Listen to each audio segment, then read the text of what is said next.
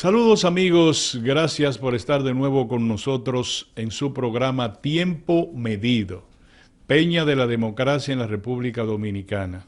Gracias por darnos ese privilegio de estar con ustedes a través de Teleradio América para todo el mundo con todas sus disponibilidades tecnológicas. Muchas gracias, señores, por este momento que pasamos con ustedes, que yo pienso que es un aporte a la democracia de verdad, ¿no? Humildemente, ustedes y nosotros tenemos que hacer siempre un esfuerzo para consolidar el espacio democrático. Recuerden ustedes que este, este espacio de la democracia se abrió, se intentó abrir formalmente, bueno, desde 1935, con una de las expediciones fracasadas contra la tiranía de Trujillo. Luego la raza inmortal en 1959, que aunque desde el punto de vista militar constituyó un fracaso, desde el punto de vista político fue un gran triunfo, porque abrió de par en par las puertas a la decisión definitiva de ajusticiar al tirano en el año 1960-61. Y a partir de ahí hemos estado navegando con una democracia difícil, acarreándola, siendo su cirineo generaciones completas de jóvenes que han ofrendado su vida, su familia, todo en beneficio de la causa. Así tuvimos el primer gobierno democrático del profesor Juan Bosch en 1962 y en 1963, 7 meses después, fue en septiembre de 1962, fue derrocado el gobierno en 1963, perdón. De manera que después vino gobierno de corrupción. Aquí se habla de corrupción, la corrupción es vieja y la corrupción ha sido mayormente de naturaleza corporativa. Además de individual, ha sido de naturaleza corporativa. Quisiera yo señalarle eso. Eso motivó la revolución de abril, la revuelta que se convirtió en una guerra patria. ¿Cuál era la proclama, el reclamo de quienes del pueblo sublevado en armas y los buenos militares? La vuelta a la democracia, la vuelta a la constitucionalidad de 1963. Eso fue. Luego la guerra patria, una intervención militar de los Estados Unidos que nos ha dolido durante toda la vida por las consecuencias políticas que tuvo, por los tantos decenas, centenares de jóvenes que murieron posterior a esa intervención grosera.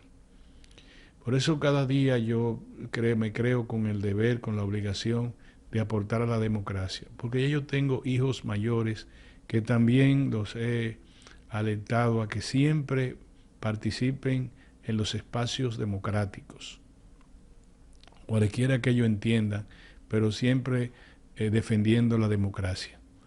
Y tengo nietos que también estoy en deber y en obligación, como ustedes, de tratar de garantizarle que en la plenitud de su vida tengan una democracia plena. Por eso este introito que le hago a ustedes, a queridos amigos y amigas, en este momento, es para poder reflexionar sobre el discurso del presidente de la República, su informe de rendición de cuentas ante la reunión conjunta de las cámaras legislativas en virtud de un mandato constitucional.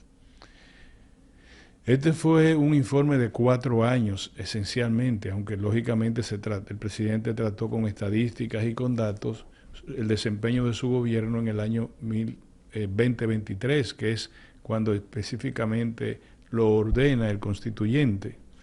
De todas maneras, es importante analizar el discurso del presidente en varias vertientes. Primero hay que decirle a ustedes, todos los presidentes dicen que todo está bien. Ustedes no encuentran a un presidente en un informe a la nación reflexivo, como le dije en la víspera del discurso del presidente Abinader. Dije, bueno, una cosa novedosa sería que el presidente reflexione sobre los temas fundamentales del país. Pero los presidentes dominicanos, todos o casi todos, o lo que ustedes crean que sí o no, pero yo creo que es una conducta recurrente, de presentarle al país un informe color de rosa, que puede estar cercano a la realidad o puede estar un tanto lejano a la realidad, depende de cómo lo vean, cómo lo palpemos cada uno de nosotros, los ciudadanos. Pero es así. Yo aspiraría en algún momento que un jefe de Estado reflexione sobre los temas fundamentales del país.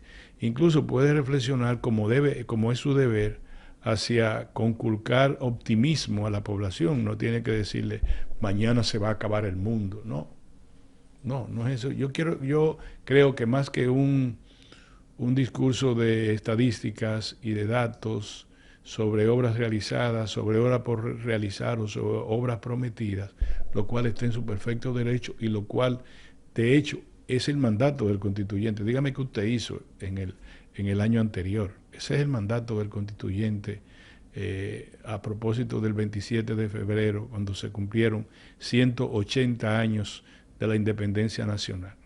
Eso es claro.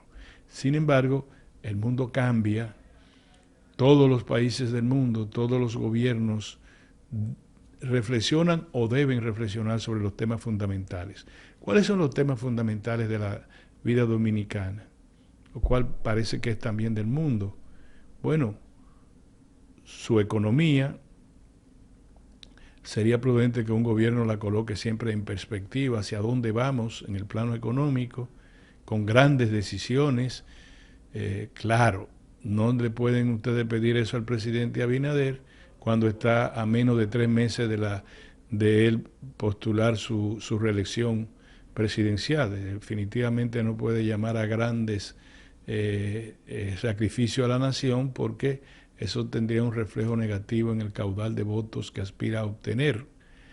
Pero sí se puede reflexionar, y sí se puede reflexionar incluso para conquistar más votos.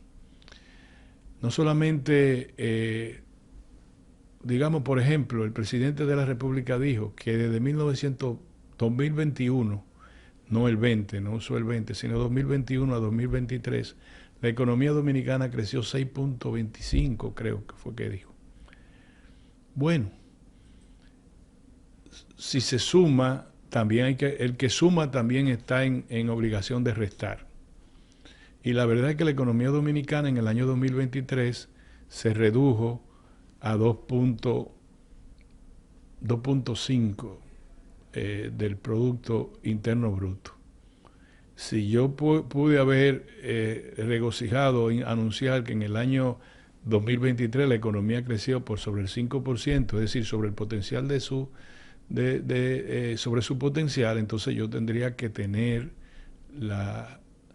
el deber de decirle, bueno, el año pasado creció 2.5, pero si lo unificamos con el año anterior, el promedio ponderado de la economía, del crecimiento de la economía dominicana en esos 2 años fue 6 puntos y tanto. Desde el punto de vista real, la economía creció 6.5 en los últimos, ponderadamente en el periodo 2021 a 2023. No usé el 2023 solo, ni usé el 2020, porque eso daña las estadísticas. Es decir, ahí hay no una manipulación, sino un manejo conveniente de las estadísticas. No quiero decir que esa no sea la estadística. Yo no voy a poner en entredicho eso. Máxime cuando este programa ha dicho que la economía dominicana tiene características de fortaleza y de resiliencia, como es el caso de que tiene una estabilidad macroeconómica desde hace muchos años, a través de las políticas monetarias que aplica el Banco Central. Nosotros tenemos una resiliencia económica. Eso quiere decir que indicadores básicos como son el propio crecimiento de la economía, el tema de el ingreso de divisas, también lo podemos poner en ese aspecto, y también el control de inflación y el control del tipo de cambio. Si eso se da, bueno, hay estabilidad macroeconómica, no hay que decir muchas cosas, hay estabilidad macroeconómica. De manera que en esa parte se pudo haber reflexionado hacia dónde vamos, cómo va el mundo, cuáles son el sector externo, cómo va a impactar la economía en los próximos años, cómo nos preparamos para eso. Incluso quizás hasta se pudo haber mencionado la necesidad de que el país comience a ponderar la obligación que vamos a tener en un futuro inmediato de acudir a una reforma fiscal. Yo no creo que el presidente lo iba a decir, ni él ni ningún otro líder nacional que esté en condición de presidente de la República. Las razones son simples. Si yo me presento a la reelección, yo no voy a decir a la gente que va para el quirófano fiscal. Bueno, hay un déficit fiscal. Es igual que el tema que el presidente trató respecto al endeudamiento público.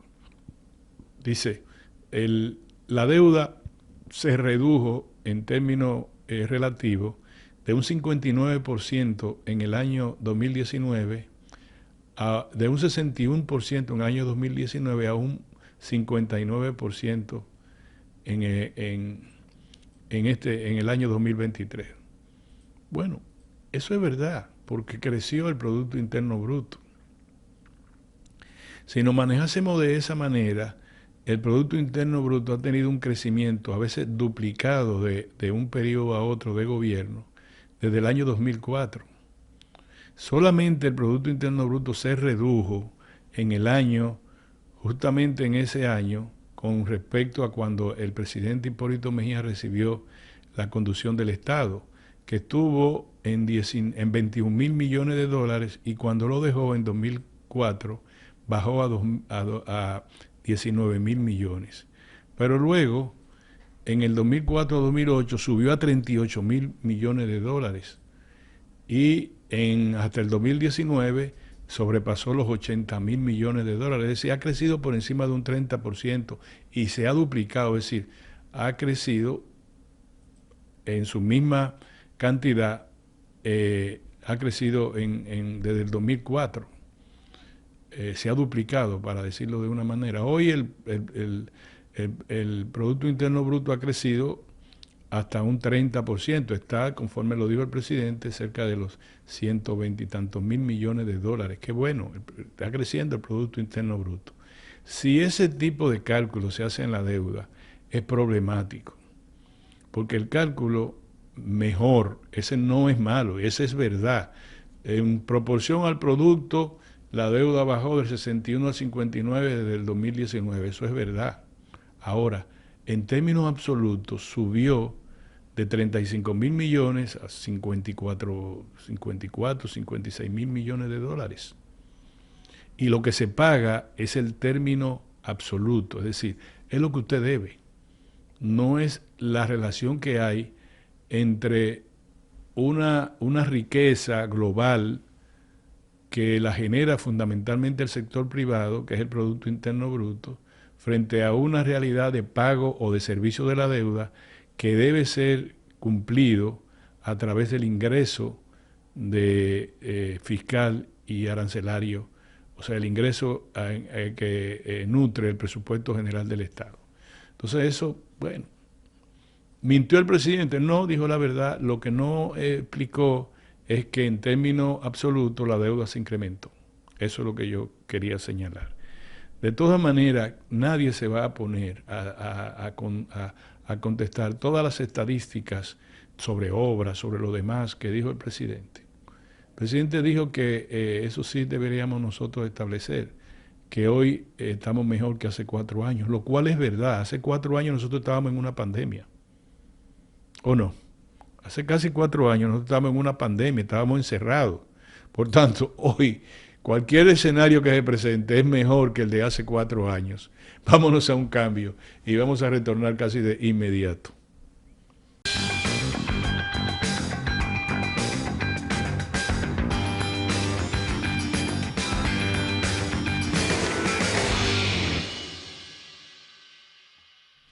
Bueno, también qué bueno que para el presidente don Luis Abinader y su gobierno ya el crecimiento tiene un motivo positivo. Ya no es que la economía crece pero que no se expresa en los distintos sectores.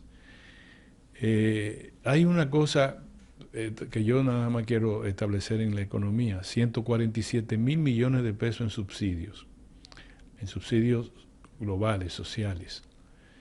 Bueno, la mayor parte de ese subsidio está dirigido a los combustibles. Es ahí donde tenemos que reflexionar.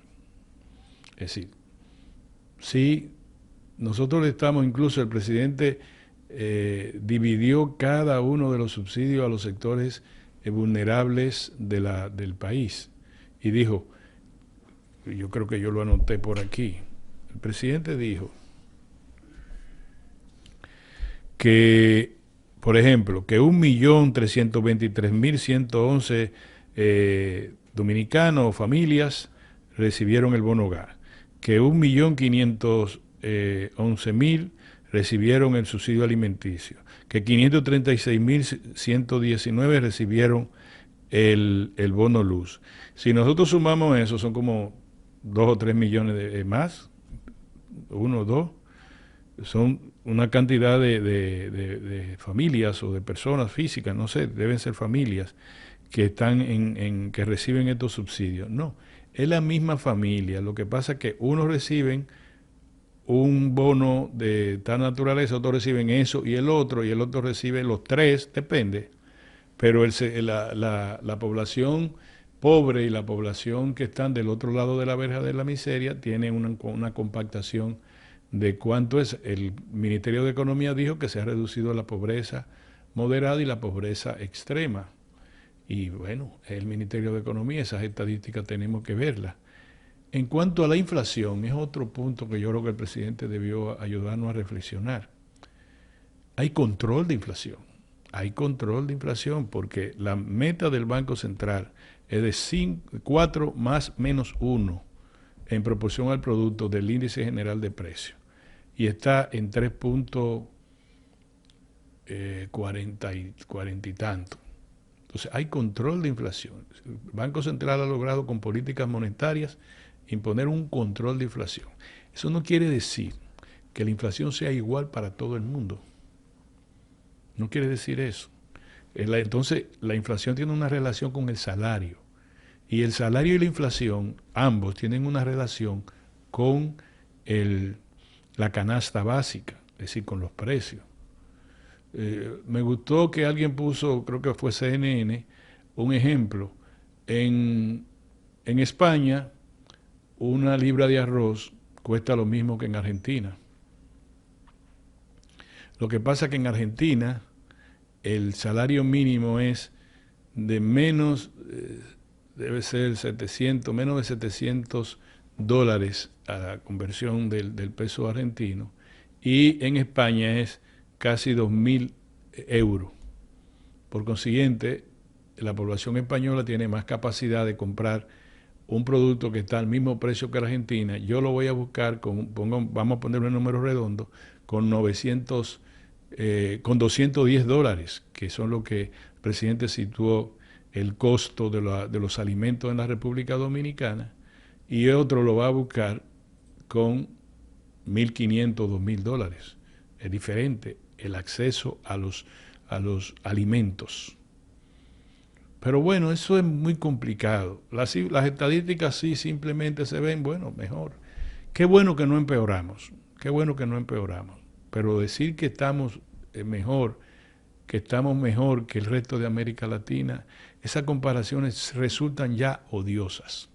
¿Saben por qué? Porque América Latina, su economía va a crecer menos de 2 puntos, 1.9 va a crecer este año. América Latina es el escenario de la miseria mayor. En miseria está Ecuador, en miseria está Argentina, en miseria está Chile. Lo que yo hablo de miseria, quiero decir que hay una población que cada vez mayor de personas que están fuera de la clase media, que están en la pobreza o en extrema pobreza. Centroamérica completo. Panamá puede ser una excepción. Costa Rica ha tenido graves dificultades también, y todo lo demás, Venezuela, Colombia, todos tienen una gran masa de gente, de familias excluidas de la economía y de la producción y de la productividad. Por tanto, esa comparación a mí me hubiese gustado que se quedara en el hecho de controlamos la inflación, estabilizamos la economía, estabilizamos el tipo de cambio y vamos por generar vamos por generar un incremento en la producción agropecuaria, en la producción minera, que no se mencionó en el discurso. Por ejemplo, en la producción agropecuaria, el ministro de Agricultura ha debido ponderar mejor los datos que le ofreció al presidente. Yo nada más digo eso, porque si ha aumentado en los términos que dice el ministro de Agricultura y que lo tuvo que señalar el presidente en su discurso, no hay razón para que el pollo, el arroz, los plátanos, otras carnes, la carne de cerdo y otros productos de origen agropecuario, fíjense, de la agricultura y de la pecuaria, hayan aumentado entre un 10 hasta un 50% en los últimos años. Entonces no hay razón, diría yo. Entonces, que la agropecuaria aumentó, bueno, puede ser. Yo hubiese preferido que no se estableciera una relación entre producción y inflación, la verdad. Pero de todas maneras el discurso del presidente fue igual que todos los demás. El presidente puede vanagloriarse como jefe de Estado que ha mantenido una democracia estable, que ha respetado las libertades públicas. El tema de Haití no fue parte considerable del discurso. De hecho, solo mencionó la verja perimetral, el lugar donde va, que se está terminando la cuarta fase, casi terminada, y que la diplomacia dominicana logró que se conformara una fuerza de pacificación de Haití. Todavía no está en Haití, pero se está en eso. Eso fue de Haití, pero no se habló de migración haitiana, ni se habló, no que se hable, que se reflexione sobre lo que significa Haití para la República Dominicana en los próximos años. Yo creo que el discurso del presidente fue disruptivo, es decir, cantidad inmensa de estadísticas, todas promisorias, todas buenas, algunas muy buenas, como todo lo que se quiere hacer en términos de obras viales en el Gran Santo Domingo, con el dinero del acuerdo con el aeropuerto, con las empresas que tiene regenteando el aeropuerto, por 60 años lo va a tener. Bueno, está bien. Otras obras dicen que como la autopista la autopista esta que cubre el Cibao hasta Montecristi, que dicen que el peaje sombra se parece al que tuvo la autopista que va a Samaná. Bueno, pero todo eso está bien. Nosotros nos regocijamos que el presidente haya pronunciado un discurso en plena democracia. Aquí estamos en democracia. Sí, yo quiero reflexionar sobre eso, solamente sobre eso. Quizá lo haga y quiero reflexionar sobre el valor de la democracia, porque nosotros no entendemos. A veces nos vamos a un circo, a veces nos vamos a situaciones difíciles. Por ejemplo, ¿ha aumentado o no la criminalidad? Bueno, las estadísticas dicen que no, que bajó un punto y algo. Un punto y algo no es para regocijarse. La delincuencia y la criminalidad. Sí, es bueno que yo creo que lo que está haciendo el presidente con la policía, amén de los resultados, es una gestión absolutamente loable y positiva que la población respalda. Que tenga por el momento o no tenga el efecto que pueda tener, bueno, el presidente comprometió su propia estabilidad de orden político personal a decir yo voy a seguir con ese proyecto. Yo creo que la sociedad tiene que respaldarlo. Tiene que respaldarlo. Ese es un proyecto adecuado. Ahora, ¿dónde tenemos que reflexionar? Tenemos que reflexionar en educación. No podemos decir que la educación va de viento en popa. No puede ser, digo yo. Sí me pueden decir que ese paciente que está en cuidados intensivos, nosotros estamos haciendo todos los esfuerzos habido y por haber para que la situación se relance la educación. O decir, nosotros vamos a relanzar la educación, nosotros estamos construyendo qué sé yo cuántas aulas, y nosotros creemos que tenemos que tener un nuevo currículum, tenemos que pedirle a la ADP que permita profesores extranjeros que inserten en la vida educativa dominicana nuevos vientos en materia curricular, etcétera. Es bueno lo que el presidente dijo, que quiere que una universidad esté cercana a las poblaciones, y por eso está habilitando zonas de la Universidad Autónoma de Santo Domingo, instituciones de la Universidad Autónoma de Santo Domingo en muchos sitios. Eso lo han hecho también otros gobiernos. Qué bueno que se siga con eso. Pero no hablar de la educación, decir que la educación está en cuidados intensivos. Salud. También debimos reflexionar, por ejemplo, decir cuál es el aporte que se hace desde el presupuesto nacional al sector salud. Siempre fue un 2.3% del producto. Eso es cica de colí para nosotros hablar de la educación, perdón, del sector salud. Sí, se están reparando hospitales, se están construyendo otros hospitales, y una cosa buena que se debe felicitar al presidente es la construcción de hospitales regionales, en este caso de trauma, que se van a construir en distintos puntos del interior del país. Qué bueno, eso ayuda. El hospital de primer nivel, qué bueno que se haga.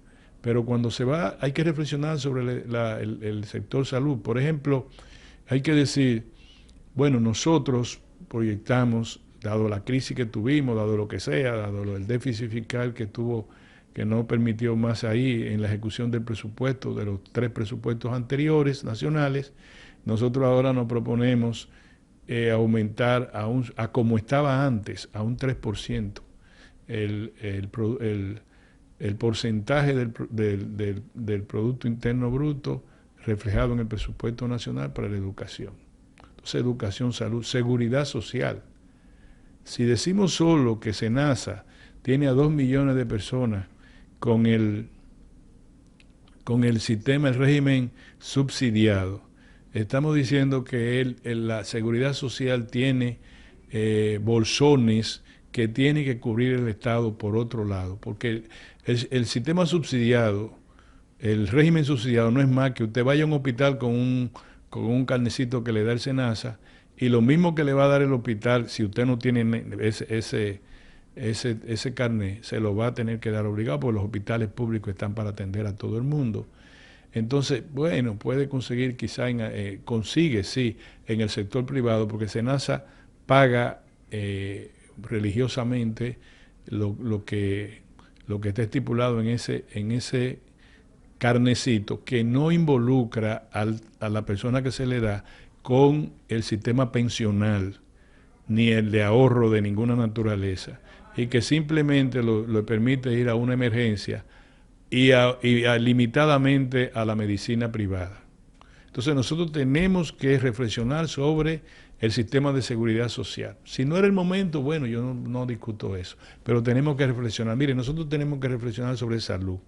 Nosotros tenemos que reflexionar sobre cuál va a ser el sistema vial global de la República Dominicana que nos permita ahorrar combustible y ahorrar horas y agregar horas de trabajo productivo que la gente pierde en los tapones. El presidente dijo que hay 5 puntos esenciales que se van a desarrollar en el Gran Santo Domingo, pero eso no es propiamente una reflexión global, eso es buscando una solución, por cierto, una solución a profundidad, digo yo.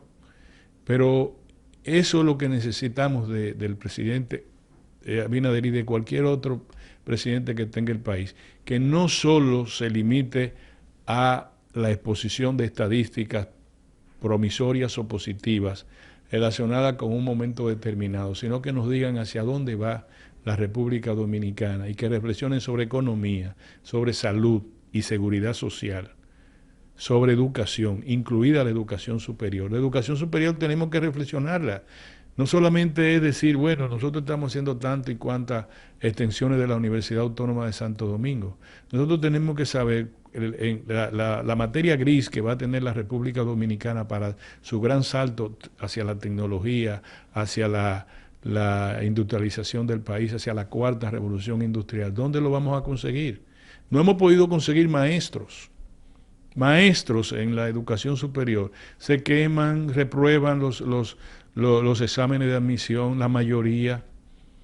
¿Y cómo estamos nosotros con los técnicos que van? Bueno, el presidente inauguró una extensión también del Instituto Superior de Agricultura. ¿Cuáles son los técnicos que van para el sector agropecuario? Tenemos que reflexionar sobre la alimentación. El presidente no habló del tema del arroz, aunque dijo que la próxima cosecha es promisoria, sobre el hecho de que ya ahora, en el 2025, ingresa ya libre, totalmente libre de arancel, las importaciones de arroz desde los Estados Unidos. Son temas para la reflexión, son temas rápidos. En sentido general, queridos amigos y amigas, el discurso del presidente fue igual que todo, promisorio, nos llenó de mucho optimismo, en sentido general fue bueno, no fue malo, pero con las sugerencias que este programa hace en los aspectos relevantes de la vida dominicana. Vámonos a un cambio, señores, y vamos a retornar casi de inmediato.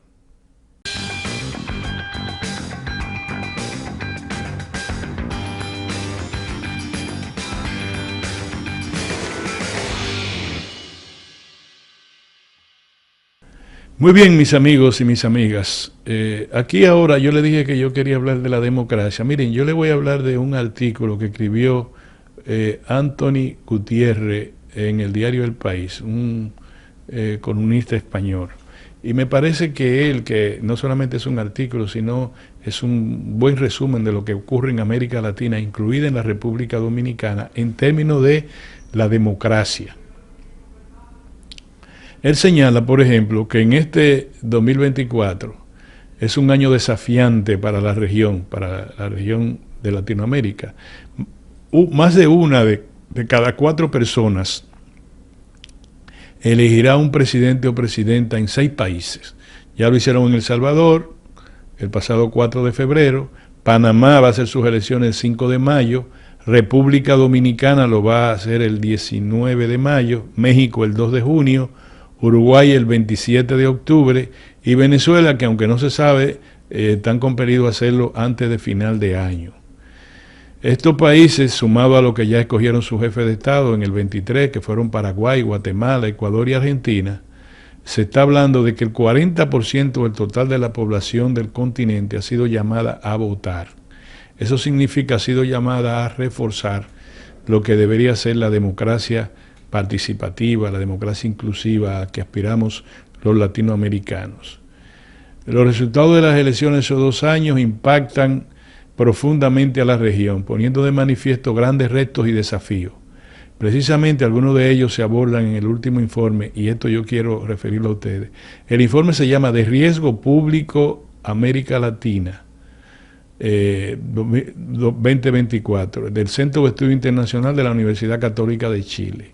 ¿Cuáles son los riesgos que tiene América Latina y la República Dominicana? Inseguridad ciudadana, corrupción, desafección democrática. Desafección es no tenerle amor a la democracia. Mayoría líquida, radicalización de la protesta social y un contexto que se llama como VUCA, que quiere decir, es un anacronismo utilizado para describir o reflejar la volatilidad, incertidumbre, complejidad y ambigüedad en un país. Fíjense lo que señala ese estudio, ¿verdad? Impacto de las nuevas tecnologías digitales, las consecuencias del cambio climático son algunas de las aristas que los líderes políticos y sociales y económicos deberían incidir, gestionar o transformar. Ustedes ven por qué yo hablo de reflexión. O sea, que yo no solo diga, mire, nosotros hicimos esto bien, aquello bien, aquello bien, aquello bien. Y lo que no está bien, decimos, es oportunidad de mejoras, como el caso de las sedes y como es el caso del subsector eléctrico, que en esta vez decimos, sí, mira, Punta Catalina, un palo. Le genera al gobierno 235 millones de dólares mensuales. Bueno, para que ustedes vean. Entonces Punta Catalina en el informe anterior era una barbaridad, eso fue un desastre, eso era lo peor, ahora está bien. Entonces por eso yo digo, debemos reflexionar sobre el sector, el sector eléctrico, tenemos que reflexionar porque no es verdad que un país puede estar dirigiendo desde el gobierno central más de 1.000 millones de dólares o, cuando el menor de los casos, 700 millones de dólares para subsanar déficit del sector eléctrico, que en los últimos 10 años deben ser más de 15.000 millones de dólares que hemos dirigido a un basurero. Entonces el presidente dijo, hay oportunidad de mejoras en las sedes. Presidente, las sedes están quebradas y sus pérdidas son casi el 40%. Y eso se refleja en que el Estado Dominicano, a través del gobierno, tenga que dirigir al su sector eléctrico en el menor de los casos entre 600 y 700 millones de dólares para subsanar las 3 distribuidoras de electricidad quebradas. Eso hay que reflexionar. Eso es nada más decir, nosotros estamos mejor que el anterior, sí, claro. Y es el deber de que estén mejor. Y el que venga tiene que estar mejor que este. Y el que le siga mejor que el que le sigue. Eso es una obligación. Entonces, en un aspecto central en este continente, más teniendo en cuenta que según la CEPAL, la actividad económica en América Latina y el Caribe sigue exhibiendo una trayectoria de bajo crecimiento. Es quizás el desafío más determinante a la hora de pensar lo electoral. Si en el 2023 la economía de América Latina aumentó apenas 2.2, oigan esto, el crecimiento previsto para este 2024 es aún más bajo, 1.9 en América Latina, el entorno en que nosotros participamos, ¿verdad? Entonces, ¿qué hacer? Bueno, la democracia tiene que sobrevivir a este entorno difícil. Eso es lo que yo quisiera señalarle a ustedes. La democracia tiene que crecer en este entorno, tiene que subsistir y fortalecerse en este entorno difícil. La incapacidad para comprender la profundidad de dichos cambios y la falta de creatividad para construir una propuesta alternativa. La política democrática ha perdido capacidad pedagógica para explicar su propuesta y las salidas fáciles del autoritarismo que han reducido la política a una elección fact-fox.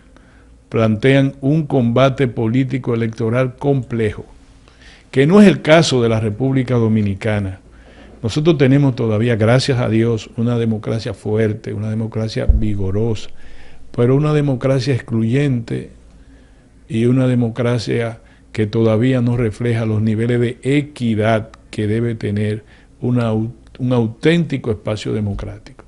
Cuando el presidente dijo ayer que dedica más de 147 mil millones a subsidios sociales, debo creer yo que incluye también el de los combustibles, un país no puede tener a una cantidad impresionante de ciudadanos marginados pasándole 1.200, 1.300 pesos mensuales y algunos de ellos dándole un bono luz, es decir, para que puedan pagar algo de luz y otros bono gas. Esa gente tiene que estar inmerso en la población económicamente activa y por eso hay que trabajar. No hay que trabajar solo para que los grandes sectores de la economía dominicana sigan enriqueciéndose y obteniendo enormes utilidades, sino que para los impuestos que cobra el Estado sean distribuidos ya no como dádiva o como clientelismo o como lo que usted quiera decir. Por eso yo digo que los subsidios no son motivos de alegría sino de pena, sino que sean incorporados al desarrollo, que se han incorporado al crecimiento de la economía. Eso es lo que uno aspira. Finalmente, queridos amigos y amigas, yo quisiera hablar del acuerdo que llegaron en los partidos de Alianza RD, Rescate RD. No hubo posibilidad de que llegaran a un acuerdo a nivel presidencial, pero tampoco era necesario, porque no es verdad que el Partido de la Liberación Dominicana, bajo la dirección de Danilo Medina, va a apoyar abiertamente en estos 3 meses al presidente Leonel Fernández, ni el presidente Leonel Fernández y su partido va a apoyar a Abel Martínez. Eso no era posible. Por tanto, lo que no es posible se torna imposible y ya. Ahora, llegaron a un acuerdo de alianza en 25 candidaturas. El presidente del PRD, Miguel Vargas Maldonado, dice que en las 32, pero que hay 7 que fueron con alianzas parciales. Entonces, el Partido de la Liberación Dominicana tendrá 11 candidaturas en la alianza, 11 que van a ser candidatos del PLD, 10 serán candidatos de Fuerza del Pueblo y 2 serán candidatos del Partido Revolucionario Dominicano. Luego las otras van todo el mundo por su lado. Digamos que es hasta donde es la ley de lo posible, hasta donde se pudo llegar. Yo no sé si con la actitud que tiene el PLD y su dirección, por ejemplo, de enviar una carta pidiéndole a un presidente 3 veces que decline en favor de un muchacho que acaba de iniciar, yo no sé si eso ayuda a la unidad, y tampoco la respuesta que le dio el vicepresidente Rafael Alburquerque, que obviamente tenía que tener una respuesta. Yo creo que es una alianza que puede ayudar muy bien a la democracia. Yo no estoy seguro de que haya una segunda vuelta en los términos en que estamos. Sin embargo, si hay una segunda vuelta, todavía la democracia se fortalece más, porque el gobierno tendría que apuntar un tipo de acciones que le permitan sobrevivir a una segunda convocatoria electoral. Yo pienso que el gobierno va a apostar a arrasar como lo hizo en las elecciones municipales. Y si el método que utilizó le dio resultado, no hay por qué no esperar que lo repita. Fueran nobles, fueran insanos, lo que usted quiera, pero le dio resultado. Una parte de ello no lo quiere admitir la oposición, fue porque la oposición tuvo un discurso también difuso, inelegible, inentendible por la mayoría del electorado, que no sabían si de verdad están unidos o si están unidos en la desunión. Ahora veremos si hay algún tipo de recomposición al respecto. El activo principal que nosotros debemos defender en este momento es la democracia. Cuando un gobierno, por razones convenientes, se va hacia el centro derecha muy profundamente, tenemos que preocuparnos.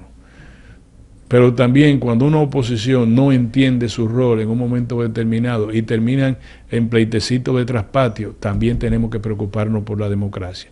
Finalmente, hasta tenemos que preocuparnos que un dirigente de izquierda a izquierda, supuestamente, aliado hoy al gobierno, cuando manda un mensaje con motivo de la independencia nacional, lo que queda debajo es el himno de los Estados Unidos. Y que luego diga, discúlpenme, ese fue mi equipo, y ustedes saben que yo me disculpo de todo y por tanto este no va a ser la excepción. Eso daña la democracia dominicana, señores. Muchas gracias, queridos amigos y amigas. Aquí termino. Mañana tenemos a rajatabla. Seguiremos sobre temas como este. Yo voy a estar muy humildemente defendiendo el espacio democrático. A mí me parece que es el activo más importante que tenemos que defender. Fíjense que Bukele ganó con una cantidad de la abstención que hubo y de los votos que se emitieron, sumado, no tiene un 20% de los salvadoreños que votaron por él. Pero la sumatoria y la que sé yo cuánto lo da como uno de los presidentes con mayor fortaleza de América Latina. Es una dictadura, aunque ustedes no lo crean. Y que la mayoría del pueblo dominicano cree que esa es la receta que tenemos. Por eso hoy tenemos que defender la democracia como la conocemos y por la que hemos luchado toda la vida, nosotros y nuestras generaciones anteriores. Gracias, señores. Yo soy Orión Mejía. Nos vemos mañana.